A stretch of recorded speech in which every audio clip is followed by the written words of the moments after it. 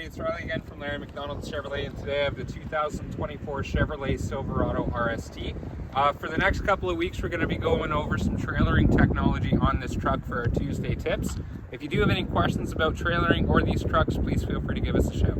Hey everybody, so last week I showed you how to set up the trailer profiles on our new Silverado or Sierra 1500.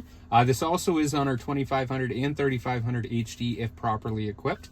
So today let's go over the trailer light test feature. So on our screen here, you'll notice a icon that says lights. Right now it says no issues found. That's a good sign because this trailer system actually can detect any sort of issues within the trailer and warn you.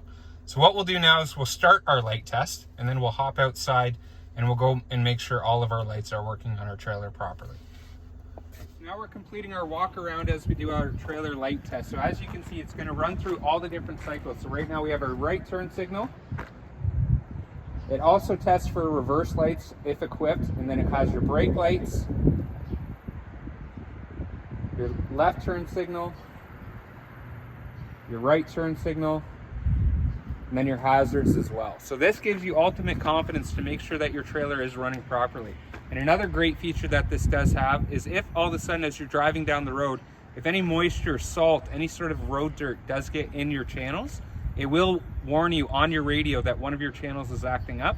Check the connection where you can spray it out with compressed air or just simply blow on it as well. If you have any questions about the trailer light test or any of our trailering features on any of our trucks, feel free to give us a shout here at 519-245-0410. Thanks again for watching.